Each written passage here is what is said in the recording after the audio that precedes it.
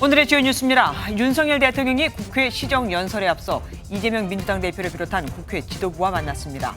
이 대표와는 취임 후 첫 환담이었는데 시정연설에서는 부탁드린다는 표현을 5차례나 쓰는 등 국회를 향해 몸을 한껏 낮췄습니다.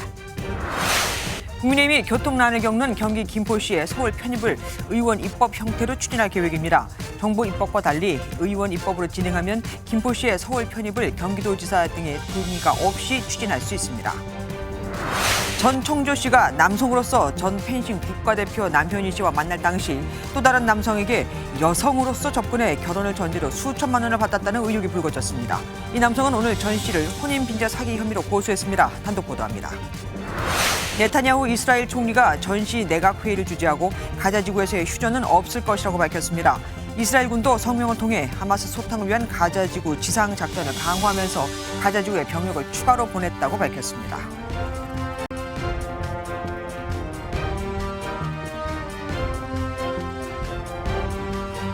여야가 국회에서 상대방을 향해 고성과 야유를 하지 않기로 합의한 뒤 처음 하는 대통령 시정연설이기에 또한 1년 반 만에 대통령과 야당 대표가 만나는 날이기에 오늘은 특히 국회로 시선이 쏠렸습니다.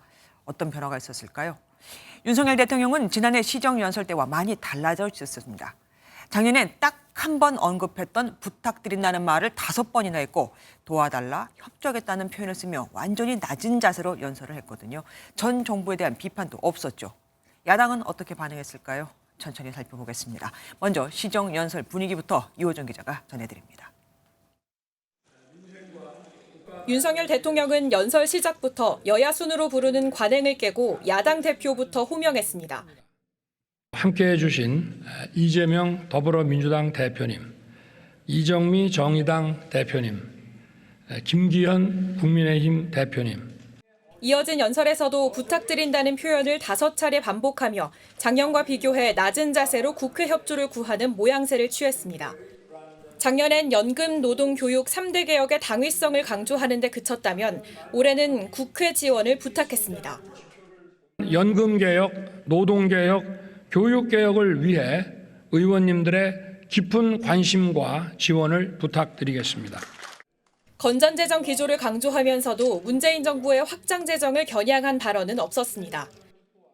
그동안 정치적 목적이 앞선 방만한 재정 운용이 결국 재정 수지 적자를 빠르게 확대시켰고 그 대신 민생에 방점을 찍었습니다. 27분간 경제를 23번, 민생 9번, 물가 8번을 언급한 윤 대통령은 물가와 민생 안전을 최우선에 두고 총력 대응하겠다고 밝혔습니다. 지출 구조 조정으로 마련된 23조 원은 약자 보호와 미래 성장 동력에 투입하겠다고 설명했고 예산안 처리와 함께 국가재정법과 우주항공청법 등 민생경제 법안 처리도 당부했습니다. 야당의 발목 잡기를 비판하는 대신 자세를 낮춰 협조를 요청한 윤 대통령이 실질적 협치까지 이끌어낼 수 있을지 주목됩니다. MBN 뉴스 유호정입니다. 시정연설에 앞서 진행된 사전 환담에선 대통령과 오부 요인이 만났지만 역시 관심은 정부 출범 이후 처음 만나는 윤석열 대통령과 이재명 더불어민주당 대표에게 쏠렸습니다. 그간 이 대표는 계속 대통령에게 둘이 만나서 환담을 하자고 요청했고 대통령실은 이를 거부해왔으니까요. 이 둘의 표정은 어땠을까요? 강영호 기자가 보도합니다. 윤석열 대통령이 김진표 국회의장의 안내를 받으며 환담장에 들어섭니다. 참석자들과 차례로 악수한 뒤 이재명 민주당 대표에게는 한마디 건넵니다. 다른 동석자도 있긴 했지만 두 사람이 한자리에서 마주보고 대화한 건 대선 뒤 처음입니다. 약속이 난 듯 두 사람 모두 민생을 강조했지만 입장 차는 뚜렷했습니다. 윤 대통령은 민생을 잘 파고들고 경청하겠다면서 협조를 요청했는데 이 대표는 국정기조 전환 요구로 맞받았습니다. 현장에 좀 더 천착하고 좀 정책이나 예산에 있어서 좀 대대적인 전환을 해주시면 좋겠다는 말씀을. 민주당의 쓴소리는 여야 원내대표, 상임위원장들과의 간담회와 오찬에서도 이어졌습니다. 단독 처리와 거부권 행사가 반복적으로 이루어지는 것에 대해서도 매우 유감스럽게 생각을 합니다. 서울 양평 고속도로 종점 변경 특혜 의혹은 물론 김승희 전 대통령실 의전비서관 자녀 학폭 문제 등 대통령이 직접 논란의 종지부를 찍어야 한다는 주장과 함께 이태원 참사 유가족들 손을 한번 잡아달라는 요청도 더해졌습니다. 윤 대통령은 몸을 한껏 낮췄습니다. 우리 의원님들과 또 많은 그 얘기를 하게 돼서 저도 아주 취임 이후로 가장 편안하고 기쁜 날이 아닌가 이래 생각합니다. 최대한 국정에 반영하도록 노력하겠다고 강조했는데 냉랭한 여야 관계가 풀릴 계기가 될지 관심이 쏠립니다. MBN 뉴스 강영호입니다. 지난해 윤석열 대통령이 시정연설 때는 민주당 의원들이 아예 자리에 없었죠. 이번엔 자리에 있었고 대통령은 연설 시작과 그 끝에 야당 의원들에게 먼저 손을 내밀었습니다. 하지만 일부 의원들의 시선은 마지못해서 인사를 받거나 아예 피하는 분위기였고 심지어는 악수를 하면서 이제는 대통령 그만두셔야죠 라고 했다는 의원까지 있었습니다. 신사협정을 맺자더니 본회의장 밖은 괜찮다며 피켓 시위도 벌였습니다. 민지숙 기자입니다. 국회 본회의장에 들어선 윤석열 대통령. 먼저 홍익표 민주당 원내대표, 이재명 대표와 악수를 나눕니다. 통로를 내려가며 좌우에 앉아있는 민주당 의원 한 명 한 명에게 손을 내밀었습니다. 일부 의원들은 먼저 자리에서 일어나 대통령과 인사를 나눴지만 이형석 민주당 의원은 굳은 표정으로 눈을 마주치지 않은 채 자리에서 손만 내밀었고 이재명 대표의 비서실장인 천준호 의원은 아예 인사를 받지 않았습니다. 국민의힘 의원들이 앉은 자리에서는 야유가 터져나왔습니다. 윤 대통령은 연설을 마친 뒤에도 일부러 출구를 돌아서 나가며 야당 의원석을 먼저 찾아 인사했는데 강성희 진보당 의원은 줄일 건 예산이 아니라 임기라는 문구가 적힌 피켓을 드는가 하면 앉은 자리에서 악수를 받은 김용민 의원은 SNS에 대통령에게 이제 그만두셔야죠라고 응수했다고 밝혔습니다. 민주당 의원들의 이 같은 태도는 강성 지지층의 반응을 염려했기 때문이란 해석이 나옵니다. 연설 전에는 민주당 의원 50여 명이 항의 문구가 적힌 피켓을 든 채 대통령을 맞이했습니다. 피켓 시위와 고성으로 정쟁하지 말자고 여야 신사협정을 맺은 지 일주일 만입니다.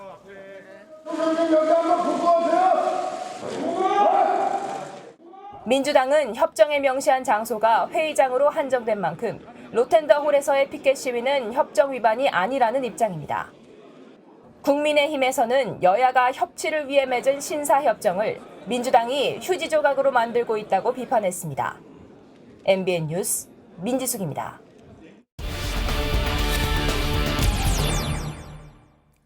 오늘 있었던 대통령의 시정연설, 그 막전, 막후 얘기를 좀 더 들어보겠습니다. 정치부 원주희 기자와 함께합니다. 어서 오십시오. 앞서 리포트 살펴봤지만 연설 내용이 이전과는 정말 많이 달라졌습니다. 180도 바뀌었죠? 그렇습니다. 무엇보다 야당과 전 정부를 겨냥한 좀 자극적인 표현이 사라진 게 가장 큰 차이점이라고 보겠는데요. 네. 윤 대통령의 과거 발언들을 조금 비교해서 들어보면 더욱 명확하게 드러납니다. 한번 들어보시죠. 공산 세력과 그 추종 세력, 반국가 세력들은 허위 조작과 선전 선동으로 한미 연합 방위 훈련을 하지 않아야 평화가 보장된다는 가짜 평화론이 지금 활개치고 있습니다. 사실 오늘 연설문 초안에도 이 가짜 평화론과 같은 전 정부를 비판하는 문구들이 일부 포함되어 있었다고 합니다. 네. 그런데 윤 대통령의 지시로 이 같은 표현이 모두 빠졌다고 하고요. 연설 말미에 반복됐던 도와달라, 부탁드린다와 같은 표현도 윤 대통령이 직접 작성했다는 게 대통령실의 설명입니다. 이렇게 달라진 이유가 뭘까요? 아무래도 강서구청장 그 선거 패배 이후 온 그 위기감 때문일까요? 네, 그렇습니다. 대통령실은 일단 내년도 예산안이야말로 윤 정부의 철학이나 지향점이 담겨 있는 첫 예산이다 이렇게 강조한 바 있는데요. 네. 그만큼 이번 예산안 통과를 위한 국회의 협조, 특히 민주당의 협조가 절실했다고 볼 수 있겠고요. 말씀하신 대로 강서구청장 선거 패배 이후에 이념보다는 민생에 집중하겠다는 기조 변화의 일환으로도 읽힙니다. 네. 대통령실 핵심 관계자는 야당을 넘어 국민에게 다가가기 위해서라면 더 낮추고 더 듣겠다는 것 아니겠나 이렇게 이야기하기도 했는데요. 네. 초당적으로 민생을 챙기는 모습을 좀 강조함으로써 현재 30% 초반에 머무르고 있는 대통령 지지율을 끌어올려 보겠다 이런 의도도 보입니다. 대통령의 이런 변화를 민주당이 어떻게 받아들일까요? 과연 진정성이 있다고 볼까요? 네, 그렇지는 않은 것 같습니다. 민주당은 혹시나 했는데 역시나였다, 맹탕 연설이었다라는 논평을 냈고요. 정부 예산안에 R&D, 청년 일자리 관련 예산 등이 삭감된 점을 지적하면서 국정 운영 기조는 단 하나도 바뀐 것이 없었다라고도 평가했습니다.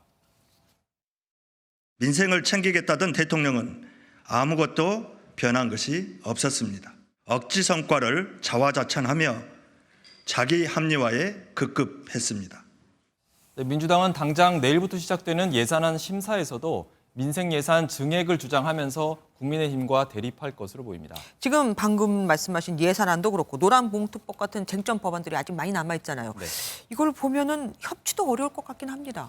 네, 민주당은 일단 다음 달 9일 본회의에서 노란봉투법과 방송 3법 등을 처리할 예정인데요. 네. 국민의힘은 민주당이 강행 처리를 한다면 윤 대통령에게 거부권 행사를 건의하겠다라고 공언한 상태입니다. 만약 윤 대통령이 실제로 거부권을 행사한다면 오늘 야당에 보낸 협치 메시지가 다소 무색해질 수밖에 없는데요. 그렇죠. 홍익표 원내대표는 윤 대통령에게 거부권 행사가 바람직하지 않다라고 전달은 했는데 윤 대통령이 안 하겠다고 단정적으로 말하진 않았다라고 전했습니다. 예, 역시 디테일에 악마가 숨어 있습니다. 지금까지 정치부 원주희 기자와 함께했습니다. 국민의힘이 쏘아올린 경기도 김포시, 서울 편입안이 서울과 인접한 거의 모든 시대를 들썩이게 하고 있죠. 사실 행정구역을 바꾸려면 매우 길고 복잡한 과정을 거쳐야 하는데 이걸 간단하게 만들자는 게 국민의힘이 말하는 특별법입니다. 특별법이 있으면 이 오랜 과정들이 필요 없거든요. 또 서울과 인접한 다른 도시들도 주민 여론을 듣겠다면서 메가시티 서울이라는 표현도 언급했는데 총선을 앞두고 표심을 건드릴 수 있는 뜨거운 이슈가 됐습니다. 정태진 기자가 보도합니다. 경기 김포시의 서울 편입 당론을 정한 국민의힘은 특별법을 제정하겠다며 논의에 속도를 냈습니다. 행정안전부가 국회에 관련 법안을 제출할 수 있지만 대신 당이 나서 의원 입법으로 빠르게 처리하겠다는 의지를 나타낸 겁니다. 지역민들의 수건을 당이 선제적으로 좀 챙기겠다는 그런 의미로 아무래도 의원 입법의 형태가 될 가능성이 크다고. 또 김포뿐 아니라 서울시와 같은 생활권에 있는 인접도시 주민의 여론을 듣겠다며 이른바 메가시티 서울 논의 가능성도 열어뒀습니다. 경기도 구리, 하남, 광명, 부천시도 대상일 수 있다는 겁니다. 서울 주변 도시의 경우에 주민들의 의사를 존중해서 생활권과 행정구역이 일치되도록 하는 것이 우리 국민들 위한 길이다. 민주당은 총선을 염두한 전형적인 포퓰리즘이자 갈라치기 선거 전략이라고 규정하고 행정구역 개편은 지자체가 진지하게 고민할 일이라고 선을 그었습니다. 지역에서부터 어떤 식의 통합이나 편입을 추진할 것인지 말 것인지를 진지하게 검토하고 논의하는 절차가 필요하다. 오세훈 서울시장은 다음 주 초 김포시장을 만나 서울 편입 방안을 논의할 예정입니다. MBN 뉴스 정태진입니다. 현재 서울시 인구는 940만 명입니다. 국민의힘 지도부의 메가시티 서울 구상이 실현되면 서울 지도는 어떻게 바뀔까요? 또 어떤 모양이 될까요? 그리고 인구는 얼마나 늘어나게 될까요? 정종 기자가 알아봤습니다. 서울특별시 지도입니다. 605제곱킬로미터 면적에 940만 명이 삽니다.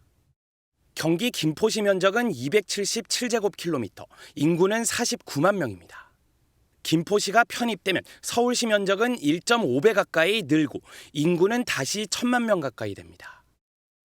런던, 뉴욕, 베를린, 베이징 이런 데 비교해보니까 서울시 면적이 좁아요. 인구 대비해서 많이 좁아서 서울특별시의 면적을 넓히는 것이 바람직하다는 기본적 방향을 가지고 있고요. 김기현 국민의힘 대표가 서울 생활권 도시로 언급한 구리, 광명, 하남, 과천, 성남, 고양을 합치면 메가시티 서울이 탄생합니다. 인구는 현재 주민등록인구 기준으로 계산했을 때 1277만 명으로 늘어납니다. 문제는 인접지역을 서울 행정구역으로 편입하는 이번 방안은 국가 균형 발전을 내건 정부의 정책 방향과 정면 충돌한다는 겁니다. 수도 서울과 다른 지역의 불균형이 더 심각해지고 수도권 비대화를 더 부채질할 수 있다는 지적이 나옵니다.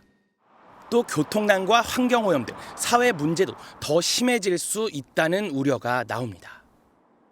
특정 지역을 서울로 편입하면 문제는 서울이 갈수록 더 커질 수 있다는 겁니다.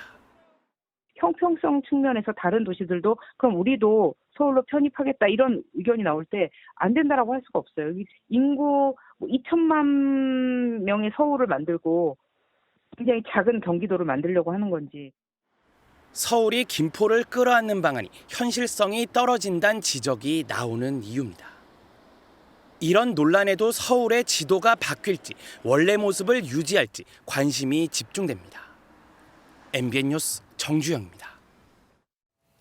총선을 앞두고 나온 안, 국민의힘이 이슈를 선점해서인지 민주당의 반응은 떨떠름합니다. 경기 남북도를 나누자는 과정에서 나온 안인 만큼 김동연 경기지사의 반응도 그렇고요. 그럼 김포 시민들의 반응은 어떨까요? 대체로 환영하고 있는데 하지만 김포 외 다른 인접 지역들은 서울 편입 이슈에 대해서 크게 달가워하지 않기도 했습니다. 원인이 뭘까요? 김세 기자가 알아봤습니다. 이곳은 경기 김포시와 서울시의 경계입니다. 김포가 서울에 편입되면 제 뒤쪽도 서울이 됩니다. 여당이 김포시의 서울 편입을 추진한다는 소식에 김포 시민들은 대체로 반겼습니다. 모든 생활권도 그렇고 행정적으로도 좋고 서울시로 하면은 너무 좋죠. 장을 보러 갈 때 근처 서울의 시장으로 가는 만큼 서울은 김포 시민에게 아주 밀접하다고 말합니다. 이쪽은 발전이 옛날이나 지금이나 발전이 안 돼요. 우린 교통도 낮고 시장도 웬만하면 다 방화동으로 시장 보러 가니까. 김포시는 시민들을 대상으로 대대적인 공론화 작업에 착수합니다. 다음 달부터 여론조사에 들어가 시민들의 의견을 듣고 주민 간담회와 토론회도 진행할 계획입니다. 한편 김포시와 함께 거론되는 광명과 구리, 하남 등 다른 서울시 인접 도시들은 차분한 분위기입니다. 광명시와 고양시, 구리시, 과천시 등은 서울시 편입과 관련해 공식 입장이 없다고 했습니다. 그러면서 시민들의 편입 요구가 없거나 전혀 편입을 고려하고 있지 않다.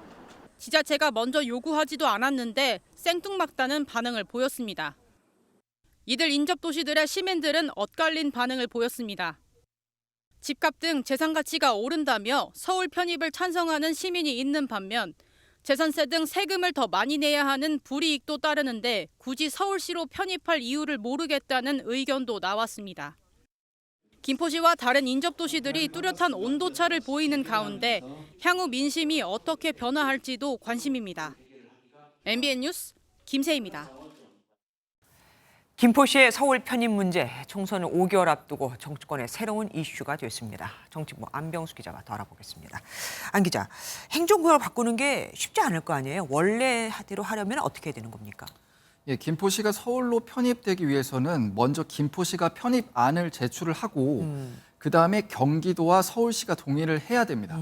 이후에 행정안전부가 경기도와 서울시 간 관할구역 변경에 관한 법률안을 국회에 제출하면은 본회의 의결로 편입이 최종 결정됩니다. 그러니까 원래는 그렇게 지난한 과정을 거쳐야 되는데 지금 여당이 의원 입법 형식으로 특별법을 추진해서 이걸 간략하겠다 이거 아니에요. 그러면 전망은 어떻게 보십니까? 예, 국민의힘은 정부 대신에 국회가 특별법을 제정하겠다고 나섰는데요. 하지만 본회의 문턱 역시 만만치 않은 상황입니다. 여소야대 전국을 고려하면은 야당이 반대하면 통과가 쉽지는 않을 것으로 전망됩니다. 그러네요. 관련해서 이계호 민주당 정책위 의장은 시간이 걸리더라도 순리대로 풀어야 한다면서 실현 가능성은 전혀 없다고 못 박았습니다. 지금 들어보면 민주당은 완강한 태도를 그대로 갖고 있습니다. 하지만 민주당도 총선을 생각을 해야 할 거 아니에요. 그러면 민주당이 입장을 바꿀 가능성은 있습니까? 지역 주민들의 여론 추이에 따라서 입장을 바꿀 가능성도 없지는 않다는 관측이 나옵니다. 네. 민주당 지도부 관계자는 포퓰리즘 아니냐면서도 경기도와 서울시가 합의한다면은 적극 밀어줄 것이라고 밝혔습니다. 네. 시민들 사이에서 공론화가 되고 또 지자체 합의까지 이어진다면 반대할 이유는 없다는 뜻으로 풀이됩니다. 네. 하지만 여전히 여당의 총선용 이슈 선점 전략에 끌려가선 안 된다는 주장도 나오고 있어서 추이는 지켜봐야 할 것 같습니다. 지금 얘기는 김포시만 나오고 있지만 지금 여당에서는 이참에 다른 곳도 서울 편입을 하자라는 말이 나오고 있습니다.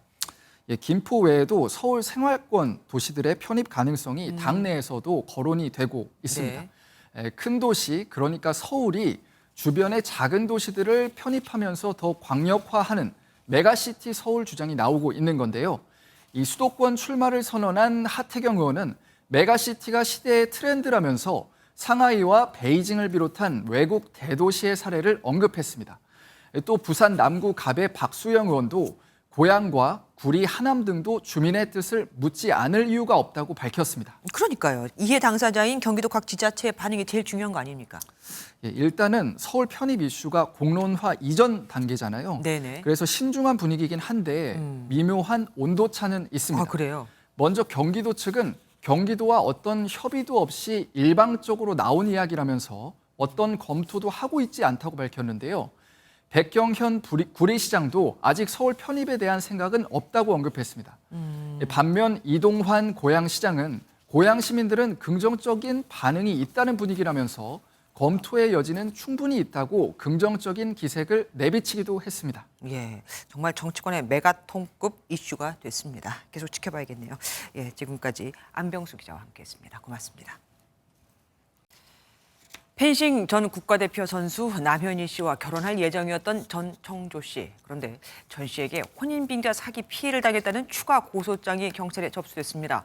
과거에도 같은 사기로 시정을 살기도 했었는데 이번엔 여성으로 접근해 결혼하자며 수천만 원을 뜯어낸 혐의입니다.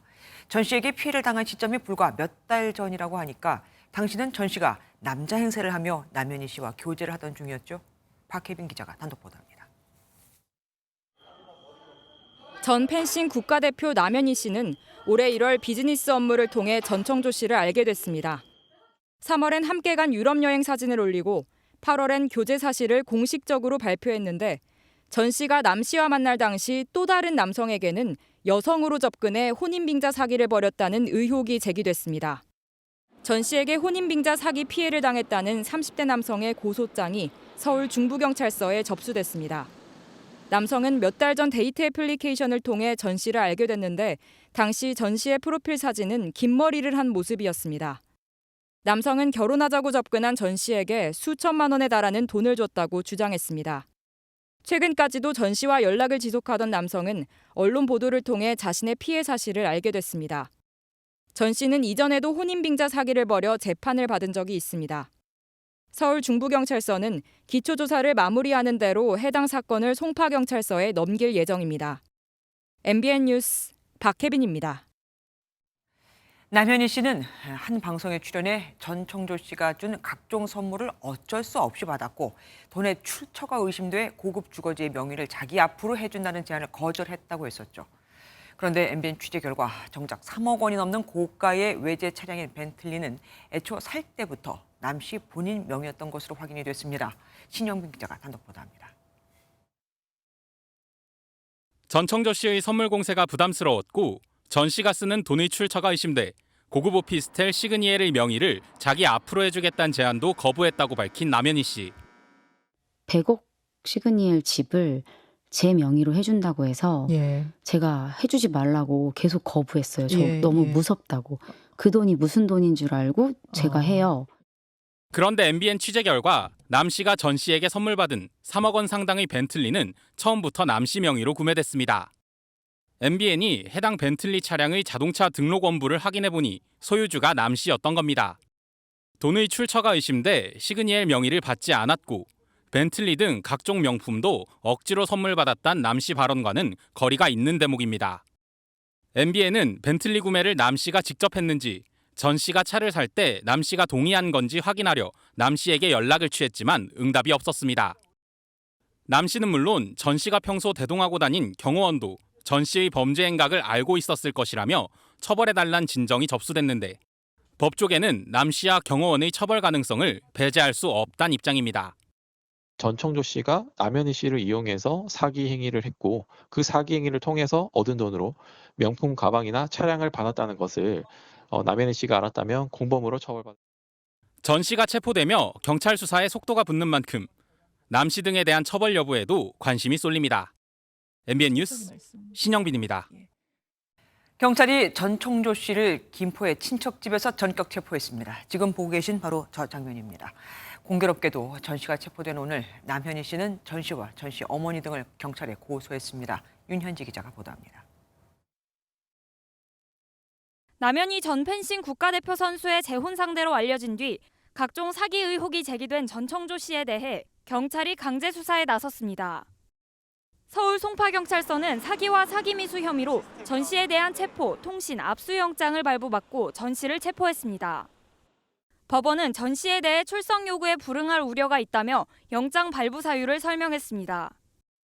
앞서 경찰은 2건의 고소, 고발장을 접수받고 전 씨에 대한 출국 금지 조치를 한 것으로 알려졌습니다. 공교롭게도 전 씨 체포영장이 발부된 날, 남 씨는 전 씨와 전 씨 어머니, 자신에 대한 의혹을 제기하고 있는 김민석 서울 강서구의회 의원을 경찰에 고소했습니다.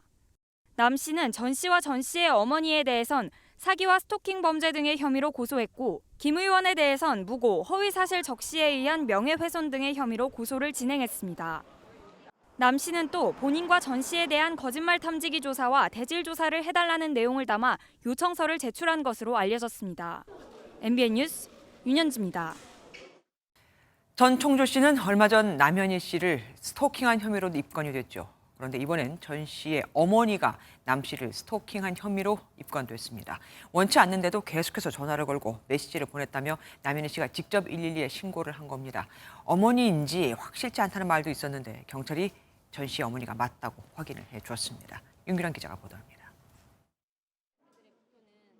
어젯밤 11시 50분쯤 남현희 씨는 자신이 스토킹 당했다며 112에 신고했습니다. 남 씨는 경찰에 전청조의 엄마라는 사람이 전화를 수십 통 걸고 대화를 하자며 메시지를 보내고 있다고 말한 것으로 알려졌습니다. 경찰이 확인해보니 피신고인은 어제 낮부터 저녁까지 20여 차례에 걸쳐 이곳 어머니 집에 머물던 남 씨에게 전화를 걸고 메시지를 보낸 것으로 파악됐습니다. 경찰은 휴대전화 가입자 조회 등 통신 수사를 통해 남 씨에게 수십 차례 연락한 사람은 전청조 씨의 어머니가 맞다고 확인했습니다. 남 씨와 더는 연락하지 말라고 전 씨의 어머니에게 경고한 경찰은 조사를 거쳐 스토킹 처벌법에 따라 형사 처벌할지 결정할 방침입니다. 남 씨가 제출한 고소 고발장에는 전 씨의 어머니가 남 씨 어머니의 집에 침입했다는 내용도 담겨 있어 경찰은 이 부분도 들여다볼 계획입니다. 이런 가운데 오늘 새벽 3시 20분쯤엔 남 씨의 어머니 집에서 남 씨와 사촌 사이에 고성이 오고 가 경찰이 출동하는 소동이 벌어졌습니다. 남 씨와 말다툼한 사촌의 자녀는 전 씨의 경호원과 연인 관계로 알려졌는데 금전 문제가 생겨 사촌이 남 씨를 만나 이야기하다 언쟁이 벌어진 것으로 파악됐습니다. 인근 주민의 신고를 받고 출동한 경찰은 가족 사이 말다툼이고 피해도 없었다는 점을 고려해 양측을 화해시키고 철수했습니다. MBN 뉴스 윤기란입니다. 전 총조 씨와 남현희 씨를 둘러싸는 의혹이 꼬리에 꼬리를 물고 이어지고 있습니다. 사유 백길종 기자와 더 자세한 얘기 나눠보겠습니다. 어서 오십시오. 백 기자, 전 총조 씨가 또 다른 혼인빙자 사건으로 고소를 당했습니다. 그것도 이번에는 남현희 씨하고 사귀고 있던 중간이었다고 하죠. 이 정도면 상습범 아닙니까? 네, 그렇습니다. 이미 전 씨는 지난 2020년 12월 사기 혐의로 징역 2년 3개월형을 살았죠. 네. 혼인을 빙자해 상대방에게 집을 사야 하니 대출을 받아오라는 등의 이유로 수천만 원씩 뜯어냈던 겁니다. 네. 이 같은 사기는 남성과 여성을 가리지 않았고요. 네. 이번처럼 데이트 앱에서 피해자와 만난 사건도 여럿 있었는데요. 이번에 저희가 보도해드린 피해자는 보도 이후에야 사기당한 걸 알고 고소장을 접수했는데 앞으로 더 많은 피해자가 나올 것으로 보입니다. 그리고 남 씨의 3억 원짜리 벤틀리 차량이 본인 소유인 게 확인이 됐습니다. 그럼 남 씨가 처음부터 벤틀리 구매를 동의한 거라고 봐도 되겠습니까? 아직 확실치는 않지만 그랬을 가능성이 커 보입니다. 먼저 저희가 확보한 남현희 씨 벤틀리 차량 기록을 보시면요. 남현희 씨 명의로 돼 있죠. 네. 이 벤틀리 차량이 리스 차량 아니냐는 말도 있었는데 3억 원을 넘게 다 주고 구매한 사실을 확인할 수 있습니다. 저희가 또 확인을 해봤는데요. 전 씨가 남 씨 몰래 깜짝 선물을 하려고 했다면 남 씨의 신분증이나 남 씨 명의 휴대전화로 인증을 해야 한다는 게 판매업체 측 설명입니다. 그렇겠네요. 지금까지 남 씨가 했던 발언들을 살펴보면요. 명품 옷이나 가방은 전 씨가 자기도 모르게 사왔다고 언급했지만 벤틀리에 대해선 원치 않는 선물이었다 정도로만 말했는데요. 남 씨가 벤틀리 구매 사실을 알고 있었던 게 아니냐고 의심되는 대목입니다. 그렇네요. 만약에 남 씨가 받은 벤틀리가 사기로 얻어낸 범죄 수익이라면 그러면 그거는 몰수가 가능한가요? 전 씨가 결제한 돈이 부당한 방법을 통해 얻은 돈이라는 걸 남 씨가 알았는지에 따라 달라집니다. 뭐가 이상을 했지만 그게 설마 범죄인지는 몰랐다. 이렇게 되면 환수가 어려울 수 있는데 뭔가 부적절한 불투명한 자금이 은닉된 걸 알 수 있었다던가 이제 그렇다고 한다면 조금 얘기가 달라질 수 있어가지고 전 씨가 재벌 3세를 사칭한 걸 남 씨가 언제 알았느냐로 두 사람 간의 진실 공방이 이어지고 있잖아요. 네네. 경찰 수사를 통해 남 씨가 전 씨 사기 범죄에 가담 혹은 방조한 사실이 확인된다면 벤틀리가 환수될 가능성도 있어 보입니다. 그런데 사기 혐의로 이렇게 체포되는 걸 본 적이 별로 없습니다. 전청조 씨 상당히 이례적인 일 아닙니까? 네, 그렇습니다. 사기 사건으로는 다소 이례적으로 전격 체포와 압수수색에 나섰다고 볼 수 있습니다. 네.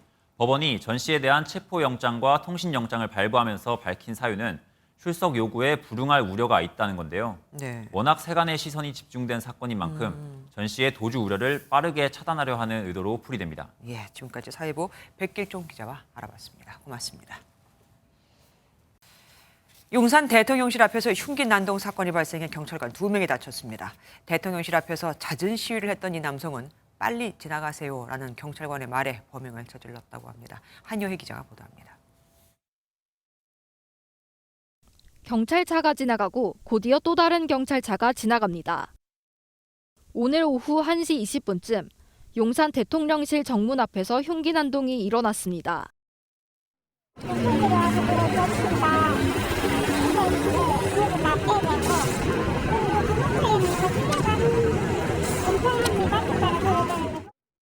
흉기를 휘두른 건 70대 남성이었습니다.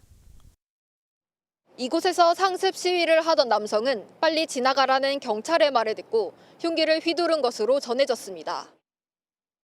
남성은 연금 수령을 위해 민원을 제기하려고 대통령실을 찾은 것으로 알려졌습니다. 경찰이 대통령실 진입을 막자 남성은 가방에서 과도를 꺼내 휘둘렀습니다. 이를 제압하던 202 경비단 소속 2 경찰관이 복부와 팔에 부상을 입고 병원으로 옮겨졌는데 다행히 생명엔 지장이 없는 것으로 알려졌습니다. 남성을 특수 공무집행 방해치상 등 혐의로 체포한 경찰은 증거 자료를 확보해 조만간 구속영장을 신청할 방침입니다. MBN 뉴스 한여입니다. 승용차가 강으로 추락해 20대 운전자가 숨졌습니다. 접촉 사고를 내고 도주하다가 강으로 추락한 것으로 알려졌는데 그 속도가 얼마나 빨랐던지 강변에서 30m 정도 떨어진 거리에 이 차량이 추락해 있었습니다. 장진철 기자가 보도합니다. 라이트 불빛만 보이는 차량 한 대가 쏜살같이 달려갑니다. 바닥에서는 불꽃이 튀깁니다. 그러더니 가드레일을 뚫고 강으로 날아갑니다. 강원 춘천에서 차량 추락 사고가 난 건 오늘 새벽 2시 15분쯤. 사고 차량의 20대 운전자는 심정지 상태로 발견됐습니다. 추락하기 전 이 차는 근처에서 정차해 있던 다른 차량과 접촉 사고를 냈습니다. 피해차 운전자는 차 안에 운전석에 앉아 있었어요. 시동 걸린 상태로. 그러니까 경차된 피해차 충돌하고 도망가고 피해차가 바로 따라간 겁니다. 사고 수습도 하지 않은 채 2km가량 쭉 뻗은 도로로 도주하던 중이었습니다. 막다른 길을 발견한 운전자는 급하게 브레이크를 잡았지만 빠른 속력 탓에 약 50m 가까이를 미끄러져 나가 그대로 추락했습니다. 강변에서 차량이 떨어진 곳까지 거리는 20에서 30m 됩니다. 경찰은 음주와 마약 투약 여부를 조사하려고 운전자 혈액을 채취해 국과수에 분석을 의뢰하는 등 사고 원인을 조사하고 있습니다. MBN 뉴스 장진철입니다. 스마트폰을 보면 처음에는 평면이었다가 그 다음에는 접는 게 나왔고 요즘엔 휘어서 손목에 감쌀 수 있는 일명 둥근 것까지 나오고 있죠. 스마트폰만의 얘기가 아닙니다. 건물 전광판마저도 단순 평면이 아닌 건물을 감싸는 곡면으로 되어 있는 경우가 늘고 있거든요.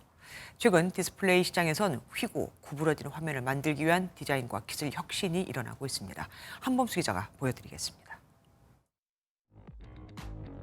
지구를 축소해 놓은 듯한 공 모양 건물이 밤하늘을 밝힙니다. 저 멀리 외계 행성과 같이 모습이 바뀌기도 합니다. 지난 7월 미국 라스베이거스에서 선보인 이 공연장은 내부와 외부 벽면을 LED 스크린으로 덮었습니다. 완전한 원 형태까지는 아니지만 평면으로 돼 있던 건물 전광판을 각지지 않은 곡면으로 바꾸는 사례도 늘고 있습니다. 구부러지고 휘는 디스플레이는 스마트폰 시장에서도 디자인 혁신을 일으키는 중입니다. 모토로라가 내놓은 신제품은 마치 팔찌처럼 손목에 감을 수 있습니다. 접었다 폈다 하는 폴더블 폰에서 나아가 아예 평면과 곡면을 오가는 화면으로 눈길을 끕니다. 국내 디스플레이 업체들은 차량 내부 구조에 맞춰 휘어지는 OLED도 출시했습니다. 자체 발광하는 디스플레이랑 빛을 받아서 반사하는 디스플레이 나눠지는데요. 자체 발광하는 디스플레이 기술이 발달함에 따라서 곡면 디스플레이가 가능하게 진보되었다고 볼 수 있습니다. 화면은 네모나고 평평하다는 말이 이제는 모든 분야에서 옛말이 되어가고 있습니다. MBN 뉴스 한범수입니다. 3천만 명 이상이 가입한 카카오티 택시 앱의 운영회사인 카카오 모빌리티가 분식회계 의혹으로 금감원의 감리를 받는 것으로 확인됐습니다. 택시 회사에 수수료를 돌려주는 것까지도 매출로 잡아서 지난해 매출을 3천억 원까지 늘린 건데 카카오 모빌리티는 상장을 앞두고 있죠. 몸집을 키우려 하는 것이라는 의혹이 나옵니다. 박기원 기자가 보도합니다. 금융감독원이 의심하는 카카오 모빌리티의 분식회계는 가맹 택시 사업입니다. 승객이 카카오티 블루를 통해 택시를 부르고 요금을 지급하면 택시 회사는 차량 관리와 배차 플랫폼을 제공하는 대가로 요금의 20%를 카카오 모빌리티의 자회사인 KM솔루션에 지급합니다. 이와 별개로 카카오 모빌리티는 업무 제휴를 맺은 택시 회사가 차량 운행 데이터를 제공하고 광고 마케팅에 참여한 대가로 매출의 16%를 지원하고 있습니다. 예를 들어 승객이 택시 요금 10만 원을 냈다면 택시 회사는 KM솔루션에 2만 원을 지급하고 카카오 모빌리티는 다시 택시 회사에 15,000원을 돌려주는 겁니다. 결론적으로 카카오 모빌리티가 손에 쥐는 돈은 택시 요금의 5%인 5,000원 정도입니다.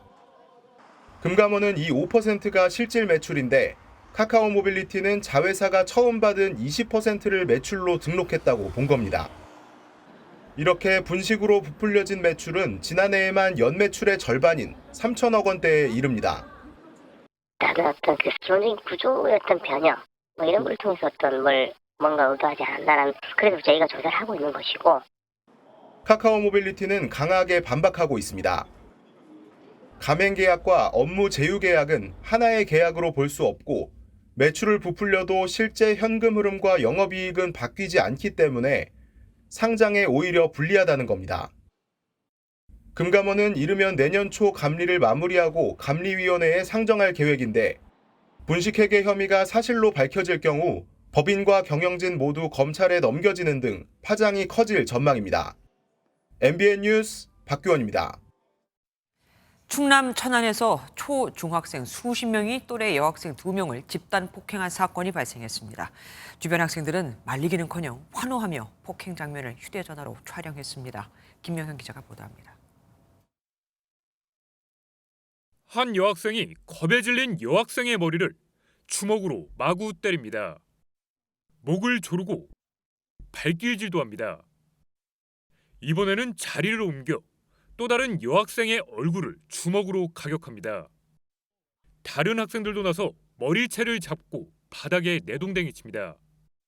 주변 학생들은 말리기는커녕 환호하고 심지어 폭행 장면을 휴대전화로 촬영합니다.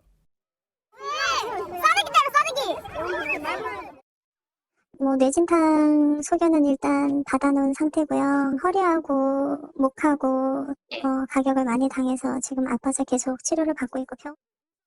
충남 천안의 한 공사장에서 아산 지역 중학교 1학년생과 천안 지역 초등학교 5학년생이 폭행을 당하는 모습입니다.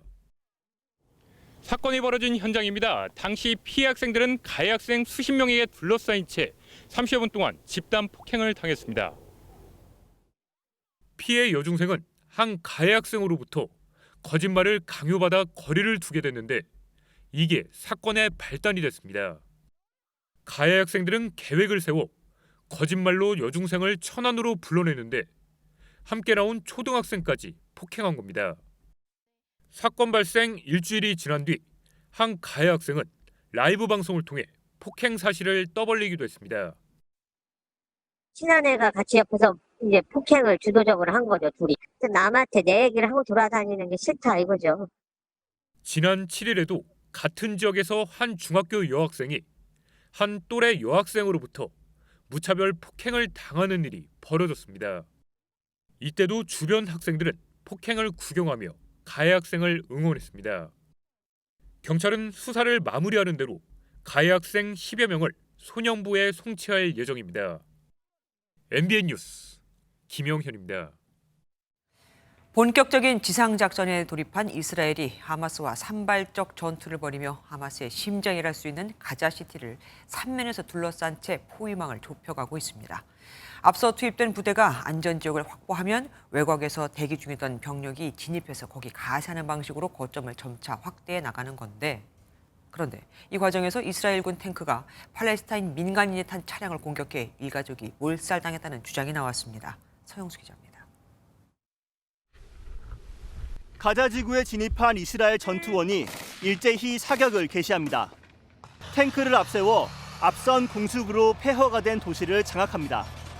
지상군을 추가로 투입한 이스라엘이 밤사이 하마스 사령관을 사살하고 하마스 통제하에 있는 시설 300여 개를 파괴했다고 밝혔습니다. 이스라엘 기갑부대는 세 갈래로 진격하며 이제 하마스의 본거지인 가자시티를 사실상 포위한 상태입니다. 작전 과정에서 하마스에 끌려갔던 여군 인질 1명을 구출하는 성과도 거뒀습니다. 네타냐후 총리는 인질을 구하기 위해서라도 지상 작전이 필요하다고 강조하며 국제사회의 휴전 요구를 일축했습니다. Actually creates the possibility, not the certainty, but the possibility of getting our hostages out, because Hamas will not do it unless they're under pressure. 이스라엘군이 포위망을 좁혀가면서 아직 가자시티를 벗어나지 못한 민간인 피해에 대한 우려도 커졌습니다. 팔레스타인 언론인은 가자 지구에 진입한 이스라엘군 탱크가 민간인 탑승 차량을 공격하는 영상을 공개했습니다. 탱크를 발견하고 도망치는 차량을 향해 그대로 포탄이 발사됐는데 폭발이 일어나면서 안에 타고 있던 일가족이 숨진 것으로 전해집니다. 이스라엘군은 이 사건에 대해선 별도의 언급을 거부했습니다.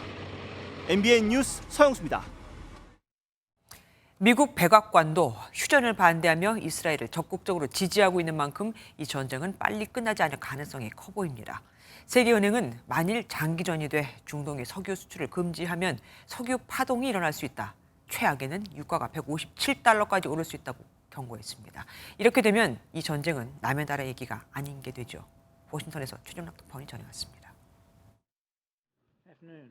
미국도 휴전을 지지하지 않는다는 입장을 재확인했습니다. 이스라엘의 단계적 지상전이 시작된 상황에서 휴전은 오직 하마스에 도움을 줄 것이라는 판단입니다. We do not believe that a ceasefire is the right answer right now. We believe that a ceasefire right now benefits Hamas. 이와 함께 존 커비 조종관은 이스라엘이 가자지구로 가는 인도적 지원 허용량을 늘리기로 약속했다고 밝혔습니다. 미 국무부도 9억 물품을 싣고 이집트와 라파 국경을 지나 가자지구로 들어갔다고 확인했습니다. We recognize the needs are immense and we want to see sustained daily deliveries of food, water and medical supplies into Gaza. 이런 가운데 세계은행은 원자재 시장 전망에서 당장은 영향이 제한적이지만 중동이 석유 수출을 금지하면 석유 파동이 일어날 것으로 경고했습니다. 세계 석유 공급량이 하루 800만 배럴까지 줄이는 최악에는 유가가 157달러까지 상승할 가능성을 제기한 겁니다. 사실상 이스라엘이 지상전에 돌입하고 미국이 휴전에 반대하면서 이스라엘 하마스 전쟁은 장기화할 가능성이 더욱 커졌습니다. 워싱턴에서 MBN 뉴스 최종락입니다. 지난 9월 우리나라 산업 생산과 소비 투자가 일제히 증가했습니다. 반도체 업황 회복 덕입니다. 지난 8월 13.5%, 9월에도 12.9%나 늘어 14년 7개월 만에 2달 연속 두 자릿수대 생산 증가율을 기록한 겁니다. 삼성전자도 3분기 실적을 발표했는데 반도체 부문 적자가 크게 줄어들었죠. 내일은 삼성전자 창립 기념일. 반도체 불황 고비는 벗어나는 데 쉽지만 미래 먹거리에 대한 고민은 여전합니다. 김종민 기자가 보도합니다. 삼성전자 올 3분기 매출은 67조 4천억 원, 영업이익은 2조 4,300억 원입니다. 스마트폰 신제품 출시 효과로 디스플레이 실적이 크게 개선됐고 반도체 부문도 지난 2분기보다 6천억 원가량 적자를 줄이며 조단위 이익으로 복귀했습니다. 감산 효과로 반도체 판매가가 상승했고 인공지능에 들어가는 고사양 반도체 판매가 늘어난 영향입니다. 4분기에는 개선된 수요 환경과 생산량 하향 조정폭을 감안시 더욱 빠른 속도로 재고 수준이 감소될 것으로 전망됩니다. 삼성전자는 반도체 부문에서만 12조 원 넘는 적자를 기록했지만 올해 47조 5천억 원을 투자해 위기를 돌파할 계획입니다. 삼성전자는 내일 창립 54주년을 맞는 가운데 이재용 회장 취임 1년이 지난 만큼 미래 먹거리에 대한 고민도 큰 시점입니다. 삼성은 하만을 인수한 이후에는 새로이 M&A를 한 게 없습니다. 로봇이나 인공지능 분야에 기업을 M&A하는 성장 전력도 아주 필요하다. 이재용 회장의 향후 구상은 오는 12월에 있을 삼성전자 정기 인사에서 드러날 전망입니다. MBN 뉴스 김종민입니다. 정부가 가격을 올리지 말라고 눈치도 주고 부탁도 했건만 기업들이 가격을 올렸다는 소식은 연일 들려오고 있습니다. 오늘은 소주와 맥주입니다. 출고가가 100원 오르면 식당에서는 1,000원 정도 오르게 되죠. 유승호 기자가 보도합니다. 서울의 한 대형마트 주류 코너에 하이트 진로 제품이 가득 쌓여 있습니다. 지난해 한 차례 올렸던 가격은 올해 초 인상을 추진하다 정부 자제 요청으로 동결된 바 있습니다. 하지만 결국 2년 연속 오릅니다. 하이트 진로는 다음 달 9일부터 일부 소주와 맥주 제품의 출고가를 7% 가까이 올린다고 밝혔습니다. 하이트 진로는 지난해보다 소주의 원료인 주정과 세병 가격이 올라 비용 부담이 커져 결국 가격 인상을 결정했다라고 전했습니다. 최근 가격 인상 소식이 연일 줄을 잇고 있습니다. 우유와 햄버거를 비롯한 먹거리뿐 아니라 화장품도 잇따라 가격이 올랐습니다. 너무 비싸. 살기가 힘들지. 안 사요. 비싸면 무조건 안 산다니까요. 안 먹고. 치솟은 환율이 물가 상승을 더 부추기고 있습니다. 전반적인 원재료가 외국에 의존을 많이 하잖아요. 환율이 올라가니까 아무래도 이제 수입 비용이 더 커진 거죠. 가격이 너무 오르다 보면은 결국 소비가 위축되거든요. 잇따른 가격 인상이 임금 인상으로 이어져 다시 물가를 자극하는 악순환이 본격화될 수 있다는 우려도 커지고 있습니다. MBN 뉴스 유승호입니다. 온 산의 나뭇잎이 노랗고 붉게 물드는 계절, 가을이 깊어지고 있습니다. 그런데 요즘 단풍 예전 같지 않다는 말이 자주 들려옵니다. 푸른 빛이 곳곳에 남아있고 붉은 빛깔도 곱지 않다고요. 왜일까요? 단풍의 시작도 절정도 계속 늦어지고 있습니다. 최돈희 기자가 알아봤습니다. 깊어가는 가을 산 자락마다 울긋불긋 물들었습니다. 어느새 등산로까지 내려온 단풍 아래로 등산객들의 발길이 이어집니다. 그런데 예년에 곱고 화려한 단풍의 빛깔을 보기 어렵습니다. 좀 칙칙한 단풍인 것 같아요. 좀 화려하지가 않고 좀 파란 거하고 좀 어둠침침한 그런 단풍이네요. 겨울을 나기 위해 영양소와 수분의 흐름을 차단하는 과정에서 엽록소가 파괴되면서 초록빛에 가려졌던 다른 색이 모습을 드러냅니다. 그래서 이맘때 광합성은 나무마다 다양한 색깔을 만들어냅니다. 단풍의 빛깔이 제대로 나려면 날씨도 뒷받침돼야 합니다. 햇빛이 충분해야 하고 일교차가 크면서 수분도 적당히 필요합니다. 올가을 이런 조건들이 갖춰지지 못했습니다. 지난달 전국 평균 기온은 22.6도로 평년보다 2도 정도 높아 역대 가장 더웠습니다. 특히 색감을 결정하는 잎속 당분이 쌓이기 위해선 밤 기온이 낮아야 하는데 밤 최저 기온도 크게 올랐습니다. 여기에 평년보다 많은 비가 내려 일조량도 충분하지 않았습니다.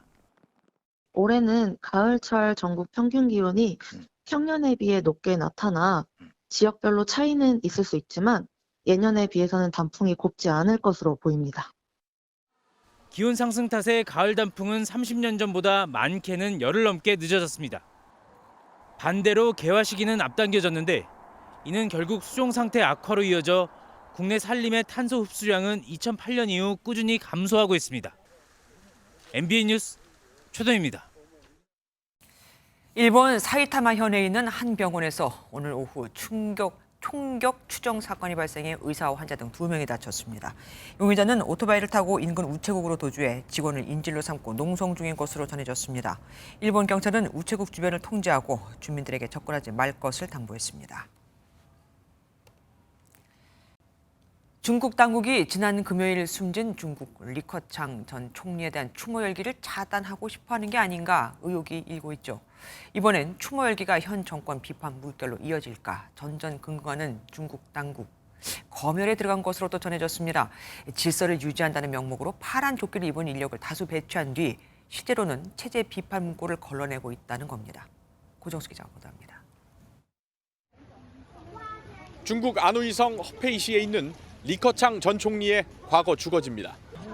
심장마비로 숨진 리 전 총리를 추모하는 이들과 꽃다발로 집 주변은 발 디딜 틈이 없습니다. 파란 조끼를 입은 사람들은 줄을 세우며 추모 현장을 통제하는 듯합니다. 하지만 홍콩 명보는 이들이 경찰서나 현지 당국 소속이라며 조화 속 부적절한 문구를 확인해 제거하는 역할도 했다고 보도했습니다. 리 전 총리가 집단 지도 체제와 개혁 개방 정책을 지지하며 절대 권력자 시진핑 중국 국가주석과 대척점에 있었기에 추모 열기를 경계했다는 시각입니다. 중국 당국이 반 시진핑 시위, 제2의天安门 사태로 번질 가능성을 의식했다는 해석도 나옵니다. 党主导更加不能讨论，而且对舆论控制非常严。应该是这种反响就是一种对现状的不满的一种反应吧。 중국 관영통신 신화사는 11월 2일 리 전 총리의 시신이 수도 베이징에서 화장되며天安门 광장 등엔 조기가 개항될 것이라고 보도했습니다. MBN 뉴스 고정수입니다.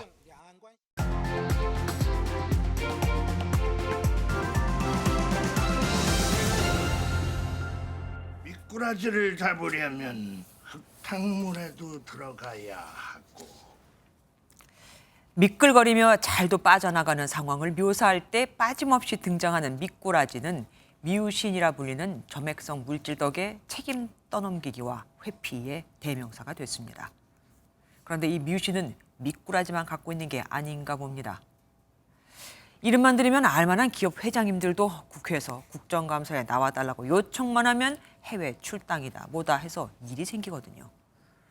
예를 들어 국회 환경노동위의 증인으로 채택된 허영인 SPC 그룹 회장과 이해욱 DL그룹 회장이 그렇습니다. 그리고 그 결과는 증인이 아닌 별도 청문회에 나가게 생겼죠. 국감에 여러 증인 중 한 명으로 나가는 것과 청문회 당사자로 지목돼 청문회에 나가는 것, 어떤 게 더 부담스러울까요? 물론 국가수사본부장에 임명됐다가 아들 학교폭력 의혹으로 낙마한 정순신 변호사처럼 그 청문회에도 안 나갈 수 있겠지만 어쨌든 뭐 피하려다 뭐 밟은 셈이 돼버렸죠. 그간 국회가 군기를 잡거나 위세를 부리기 위해서 국감장에 기업 오너나 CEO를 불러 세우는 일이 잦아서 이를 부정적으로 보는 시각도 있는 게 사실입니다만 이들은 다릅니다. 왜냐고요? 허영인 회장은 지난해 10월 SPC 제빵 공장에서 20대 노동자가 소스 배합기에 몸이 끼어서 숨졌고 향후 3년간 1,000억 원의 안전 경영 예산을 투자하겠다고 약속했지만 불과 10개월 뒤 또 제빵 공장에서 끼임 사고로 노동자가 숨졌음에도 그래서 지금 회사가 죽음의 사업장으로까지 불리는데도 박람회에 참석해야 한다며 국감을 피했고 이해욱 회장은 그룹 계열사인 DLENC 건설 현장에서 지난해 1월 중대재해처벌법 시행 이후에만 근로자 8명이 숨졌는데도 바쁘다고 지금 안 나온 거니까요. 이들이 뭘 믿고 이러는 걸까요? 국감을 무시하고 국감에서 이래도 되는 걸 누구한테 배웠을까요? 로마에 가면 로마법을 따라야 한다고 하죠. 국회에 왔으니 그동안 국회에서 보여줬던 모습 그대로 한다고 과연 국회에서 뭐라 할 수 있겠습니까? 어찌 보면 미꾸라지의 뮤신은 누가 더 많다고 해도 할 말이 없을 테니 말입니다. 김주혜 그런데 오늘은 끝까지 부른다 였습니다. 10월의 마지막 날인 오늘 수도권을 중심으로 공기가 탁한 곳이 많았습니다. 이 먼지가 그대로 남아서 내일도 서울을 비롯한 수도권 지역은 초미세먼지 농도 나쁨 수준 보이겠고요. 또 충남과 남부 내륙으로는 출근길 안개가 자욱하겠습니다. 내일 중부지방을 중심으로는 가끔 비가 내리겠습니다. 경기 북부와 강원 영서 지역에 5에서 30mm, 그 밖에 중부지방으로는 5mm 안팎이 예상되고요. 비가 내리면서 대기가 불안정해져 우박이 떨어지는 곳도 있겠습니다. 내일 중부지방은 대체로 흐리겠고요. 남부와 제주는 맑겠습니다. 내일도 예년보다 포근하겠습니다. 중부지방 아침 기온은 서울이 15도, 춘천이 12도 예상되고요. 낮 기온은 대체로 20도 안팎까지 오르겠습니다. 남부지방은 광주와 부산이 24도까지 올라서 남부지방을 중심으로는 20도를 크게 웃돌아 일교차가 크겠습니다. 다가오는 금요일부터 다음 주 월요일 사이에는 전국 곳곳에 비가 내릴 전망입니다. 내셨습니다. 안녕하세요. 김주하입니다. 공정하고 신속한 MBN 뉴스, 유튜브를 통해서도 만나보실 수 있습니다. 특히 더 많은 뉴스와 라이브를 보고 싶으시다면 오른쪽을 눌러서 구독하시면 됩니다. 어렵지 않죠? 빠르고 정확한 뉴스로 계속 찾아뵙겠습니다. MBN 뉴스를 시청해주신 여러분 고맙습니다.